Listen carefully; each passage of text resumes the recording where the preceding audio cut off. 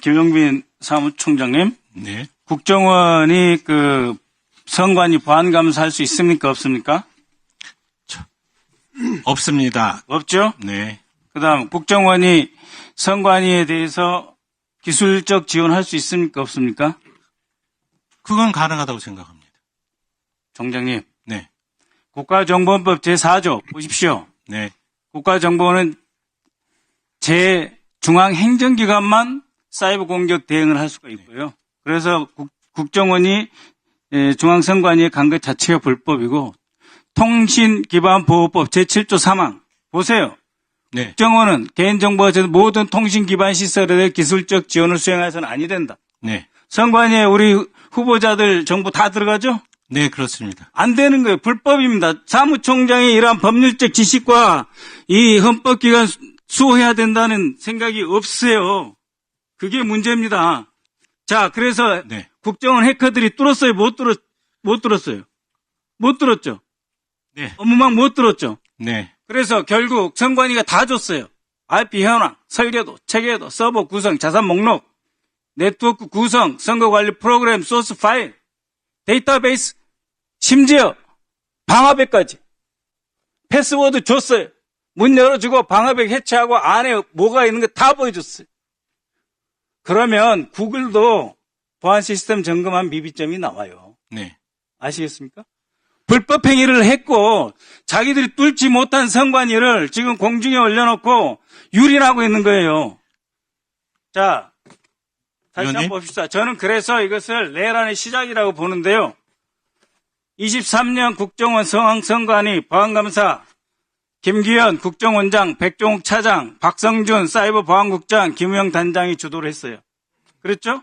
기사는 옆에 끼기만 했어요. 한국인터넷진흥원은 그때 있기만 했지 아무것도 한 게 없어요. 거기다가 백종욱의 선배 최효진 국가기술연구소장이 같이 2달 하고도 일주일을 파헤쳤어요. 문제가 없었습니다. 그래서 23년 10월 6일 1차 보고서를 용산에 올리고 이 보고서를 공표 1시간 만에 취소했죠. 그때 1차 보고서 선관위 받았습니까? 안 받았습니까? 저희들 결과 보고서 받았습니다. 받았죠. 네. 그 다음에 2차 보고서는 받았죠. 그게 2차 보고서는 아닙니다. 그러니까 수정본을 받은 건 있습니다. 예, 제가 설명을 드릴게요. 그래서 잘 모르시는 것 같아요. 그래서 용산에서 대통령이 노발 대화를 했습니다. 이러려고 그 많은 인원 투입하고 시간 썼냐? 그래서 1시간 전에 연기했고, 그 1차 보고서. 2차 보고서. 1차 보고서는 근데 사전투표 날 발표하기로 했는데 연기돼서 본투표 하루 전날 김준영 국정원 비서실장, 그 밑에 정보비서관 직무대리 안땡호 씨, 이들이 2차 보고서를 작성했습니다. 이 2차 보고서가 아직도 국정원 홈페이지에 있습니다. 알고 계시죠? 1차 보고서와 2차 보고서 같습니까? 다릅니까? 저희가 받은 1차 보고서와 2차 보고서의 차이는 그러니까 저희의 그 요구사항을 반영시켜달라고 했는데 반영 안 시켰고 다만 오탈자나 그다음에 비밀의 마스킹, 예, 그 정보 마스킹을 해달라는 요청은 받아들여졌습니다. 그러니까 예, 그래서 일부 내용이 조금 변경은 됐지만 실제적인 내용은 동일한 것으로 저희는 알고 그래서 1차 보고서하고 총장님 다시 네. 한번 살펴보시고요. 1차 보고서하고 2차 보고서 다릅니다. 이것을 주도했던 사람이 김기현 백종욱이고 지금 현재 안보실장, 그 당시 안보실장이 조태용, 그 당시 사이버 비서관 윤호준이 지금 국정원에 눈 시퍼렇게 살아있어요. 그래서 아직도 중앙선거 관련해 이렇게 유린하고 있는 겁니다. 그 백종욱이 누구냐?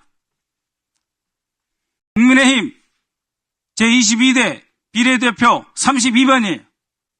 이런 자들이 선거에 관여해가지고 그것을 앞에 계신 국민의힘 의원들이 이렇게 확대 재생산하고 있습니다. 이 사람들이 내란의 단초를 제공한 사람이고 그것에 의해서 중앙선관위가 거의 걸레처럼 헤집어졌어요. 이래서 되겠습니까? 저희들을 나름대로는 잘 방어를 했다고 생각합니다. 그 점 인정하고 있어요. 네. 국정원이 이렇게 했다는 점 말씀드리고 그리고 아까 기술적 지원 잘 모른다고 저희한테 말씀하신 것 같은데 지원은 실질적으로는 지금 보안감사 대상은 아니지만 시간 좀 그래서 끊어주세요. 피사 총장님 네 알겠습니다. 미안합니다. 이게 시간이라는 게 있잖아요. 그래서 잠시 다시 돌아오겠습니다. 네. 서울경찰청장 나와주세요. 목현태 국회 경비과장 나와주세요. 자, 이거 한번 보세요. 이 부대는 소위 수호신 부대입니다. 이 부대를 안내하고 있는 게 경찰이. 마무리해 주세요. 네, 마무리해 주세요. 예, 저 화면 보십시오. 그 다음에 계엄군이 담장을 넘습니다. 그랬더니 저 반짝반짝한 게 지금 경찰이에요. 경찰들이 안내를 해줍니다. 이제 넘어오니까 안내를 잘 해주고 있어요. 그 다음에 아예 문을 열어가지고 국회의원들은 못 들어가는데, 국회 직원도 못 들어가는데 경찰이 안내주고 앞장도 서주고 같이 들어가고 있어요. 13만 5천 경찰을 이렇게 유린시킨 사람이 바로 이상민 행안부 장관이고 김봉식 청장이 군의 하수인이 돼버린 거예요. 그렇지 않습니까? 이것에 대해서 청장 한 말씀 하세요. 그리고 목현태 정부단장님 어떻게 보세요? 본인이 다 지시한 겁니까? 청장이 지시한 겁니까? 제가 답변 드리겠습니다, 의원님. 지난번에도 말씀드렸지만 이번 일과 관련해서 국민들과 또 국회의원님들 그리고 제가 36년간 몸담았던 경찰 조직에 다시 한번 진심으로 죄송하다는 말씀을 드립니다.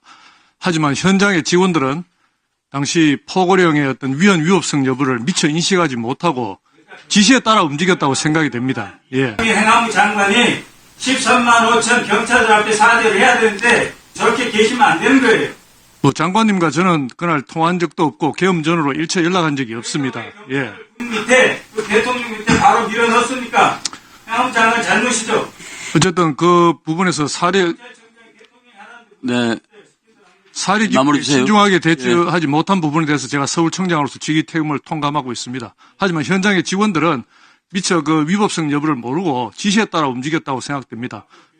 그 부분에서 좀 의원님들 폭넓게 이해를 해 주셨으면 합니다. 예. 경비대장님 말씀하십시오. 정보통신기반보호법 제7조. 네. 국가정보는 기술적 지원을 수행하는 게 아니됩니다. 네. 그 부분에, 네, 그래서 국정을 고발할 의미 있으세요? 아닙니다. 그러니까 그 부분을 제가 설명드리려고 하는 겁니다. 기본적으로 기술적 지원을 받은 게 아닙니다.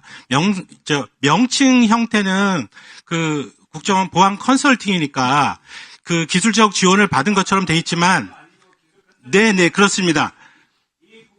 자, 정보통신기반보호법 제7조 3항을 위반했으니까 총장께서 중앙선관위에 자존심을 걸고 이걸 고발하세요. 그건 그럴 수가 없는 게 그때 상황 자체가 보안감사의 대상은 아니지만 이런 부분에서 문제가 있지 않느냐는 얘기가 있었고 저희들은 보안 컨설팅 자체의 주체를 그 국정원은 개입시켜서 네. 그렇기 때문에 예. 나가면서 보충 질의해 주세요. 다 오염시키고 있는 거 네. 아니에요? 의원님들을. 네, 자, 네, 그래서 지금 그러니까 그게 고발을 할 사안은 아니라는 건 말씀을 드리는 겁니다. 자의적이기 때문에.